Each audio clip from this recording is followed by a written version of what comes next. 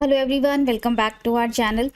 दोस्तों, income tax portal पर रोज नए बदलाव हो जाते हैं और अब पोर्टल पर एक नया चेंज आ गया है एआईएस में कि अगर आपके फॉरेन में कोई भी असेट्स हैं या आपके पास विदेशी संपत्ति है, कोई भी विदेश में आपके बैंक अकाउंट्स हैं या आपने कोई शेयर्स होल्ड किए हुए हैं, तो वो भी अब आपके एआईएस में रिपोर्ट हो जाएंगे।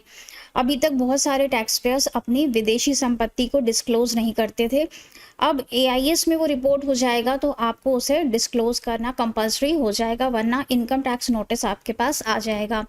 तो ये आपके एआईएस में कैसे रिपोर्ट होगा, चलिए स्टार्ट करते हैं। देखते हैं कि कहाँ पर आपको ये फॉरेन असेट्स अपने एआईएस में दिखाई देंगे। तो ई फाइल में आएंगे, इनकम टैक्स रिटर्न्स। यहाँ पर पहले तो आपको 26 AS मिलेगा, जो कि अगले साल से बदल जाएगा, फॉर्म नंबर 168 हो जाएगा। ये भी चेंज अभी रिसेंटली किया गया है, नया फॉर्म 168 आ गया है। आईटीआर फाइलिंग की डेट्स बहुत नज़दीक आ गई हैं। 31 जुलाई आईटीआर फाइलिंग की ड्यू डेट है। आईटीआर 1, आईटीआर 2 31 जुलाई तक फाइल कर सकते हैं और आईटीआर 3 और आईटीआर 4 जिनमें कि आप बिजनेस इनकम रिपोर्ट करते हैं, उनकी डेट्स बढ़ाकर 31 अगस्त तक कर दी गई हैं।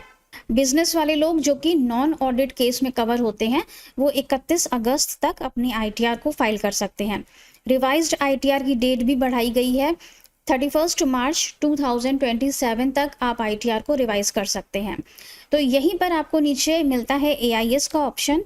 अब हमको यहाँ पर इस वाले टैब पर नहीं जाना है, हमको जाना है यहाँ पर, हमें रिपोर्ट्स का टैब मिलेगा।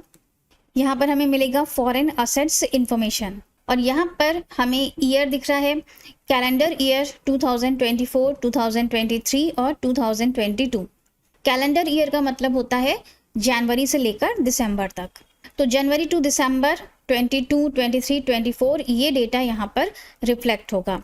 अगर आपने अपने पिछले किसी भी साल में 22, 23, 24 इनमें अपने फॉरेन असेट्स अपने आईटीआर में डिक्लेयर नहीं किए हैं, तो अब आपको इनकम टैक्स से नोटिस आने वाला है, क्योंकि पुराना सारा डेटा यहाँ पर आपके रिफ्लेक्ट हो जाएगा। इस डेटा को आप डाउनलोड करना चाहते हैं तो आपके पास डाउनलोड पीडीएफ का एक ऑप्शन मिलेगा और यहाँ पर एक सबमिट फीडबैक का ऑप्शन भी है। अगर आपका डेटा रॉन्ग है तो आप फीडबैक सबमिट कर सकते हैं। जिस तरह से सेम वैसा ही मेथड है जिस तरह से हम लोग एआईएस में फीडबैक सबमिट करते हैं। अगर हमारा कोई भी डेटा रॉन्ग है, कोई एंट्री गलत आ रही है, तो हम एआईएस में जैसे फीडबैक सबमिट करते हैं, सेम वही केस यहाँ पर भी है। आप इस पीडीएफ को डाउनलोड कर लेंगे और अगर उसमें कोई भी एंट्री रॉन्ग है तो आपको फीडबैक का ऑप्शन मिलेगा। एंट्री को डिनाई कर सकते हैं, इन्फॉर्मेशन पार्शियली इनकरेक्ट को सेलेक्ट कर सकते हैं और फीडबैक को सबमिट कर सकते हैं। इसीलिए अगर आपके पास कोई भी फॉरेन असेट्स हैं, फॉरेन शेयर्स हैं, फॉरेन बैंक अकाउंट्स हैं, तो अपने आईटीआर में उनको डिस्क्लोज करना इस बार बिल्कुल भी मत भूलिएगा। तो दोस्तों, आज के वीडियो में इतना ही। आई होप ये वीडियो आपके लिए यूज़फुल साबित होगा। ऐसे ही नई नई अपडेट्स के लिए हमें फॉलो करते रहिएगा और अगर आईटीआर फाइलिंग के लिए आप हमारी पेड सर्विसेज चाहते हैं तो हमारे व्हाट्सएप नंबर पर कांटेक्ट कर सकते हैं।